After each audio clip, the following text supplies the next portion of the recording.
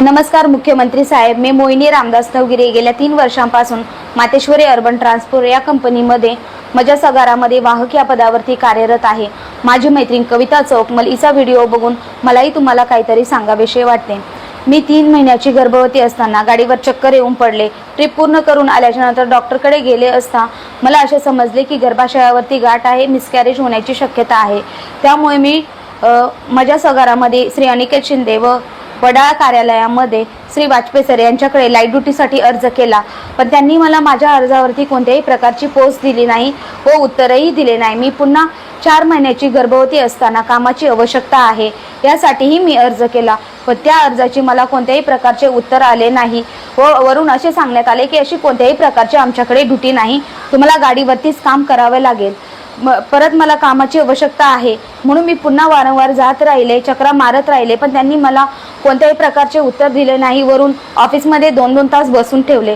मी 8 महिन्याची गर्भवस्थी असताना मी प्रेग्नेन्सी रजेवरती जात आहे हाही अर्ज त्यांना केला, पण त्या अर्जावरती त्यांनी मला कोणत्याही प्रकारची पोच दिली नाही, वरून उत्तरही दिले नाही व आमच्याकडून जे 20,000 रुपये घेतले आहे त्याचे देण्याचे ते काहीही बोलत नाहीयेत। मी डिलिव्हरी झाल्याच्या नंतर जे माझे ESIचे सगळे डॉक्युमेंट असतात सर्व डॉक्युमेंटची पूर्तता केली, पण अजूनपर्यंत त्यांनी मला कोणत्याही प्रकारचा ESIC बेनिफिटही दिले नाहीत।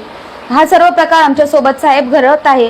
6 महिन्याची रजा माझी संपण्या अगोदरच मी त्यांना रिजॉईनिंगचाही अर्ज केला, त्या अर्जावरती त्यांनी कोणत्याही प्रकारचे उत्तर दिले नाही। श्री अनिकेत शिंदे यांना मुलुंड आगारामध्ये जाऊनही भेटले तरी त्यांनी मला कोणत्या प्रकारचे उत्तर दिले नाही। वरून मला सांगितले की 100% तुम्हाला कामावर घेतले जाणार नाही, असंही मला उत्तर आले। असं उत्तर ऐकून मला असे वाटले की आई होणे हा मोठा गुन्हा आहे का?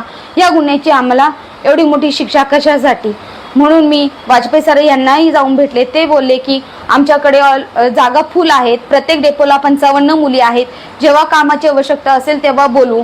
आणि अनिकेत शिंदे यांना मी पुन्हा जाऊन भेटले तेव्हा ते बोलले की आमच्याकडे तुम्हाला कुठे जायचे तिकडे जा, तुम्हाला 100% कामावर आम्ही घेऊ शकत नाही, माझ्या डोक्यावरती आमदाराचा हात आहे।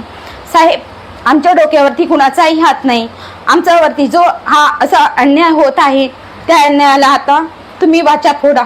माझ्यासोबत अशा अनेक महिला आहेत की ज्यांच्यासोबत असा प्रकार घडत आहे, त्या 20-25 महिलाही सेम प्रकार झाले आहे।